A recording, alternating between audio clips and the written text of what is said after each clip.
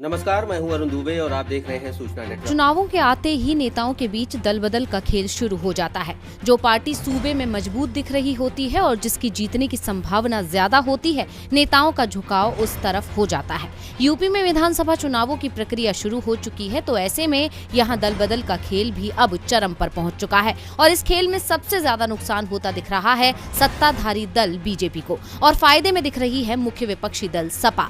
14 जनवरी को ही स्वामी प्रसाद मौर्य समेत कई मंत्री और विधायक सपा में शामिल हुए थे और 2 दिन बाद उत्तर प्रदेश सरकार के वन एवं पर्यावरण मंत्री पद से हाल ही में इस्तीफा दे चुके दारा सिंह चौहान भी सपा में शामिल हो गए हैं। इस मौके पर चौहान ने बीजेपी पर आरोप लगाते हुए कहा कि 2017 में जब भाजपा की सरकार बनी तब सबका साथ सबका विकास का नारा दिया गया था, लेकिन कालांतर में साथ तो सबका लिया गया मगर विकास कुछ चंद लोगों का हुआ। चौहान ने आगे कहा, सपा मेरा पुराना घर है और हम उत्तर प्रदेश की सियासत को बदलकर अखिलेश यादव को फिर से यूपी का मुख्यमंत्री बनाएंगे।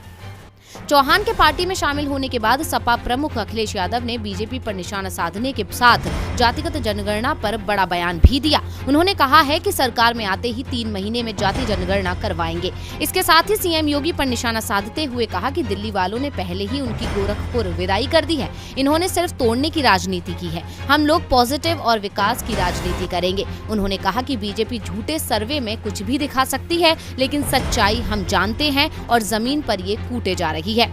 अब जातिगत जनगणना का मुद्दा उठाकर सपा ने एक और बड़ा दांव चल दिया है। इससे पहले अखिलेश ने सरकार बनने पर 300 यूनिट बिजली फ्री देने का वादा भी किया था, जिसे सपा का मास्टर स्ट्रोक माना जा रहा था। ऐसे में सपा एक के बाद एक बड़े दांव कर अपनी जीत की दावेदारी को और मजबूत कर रही है और बीजेपी के लिए सत्ता दूर की कौड़ी नजर आ रही है।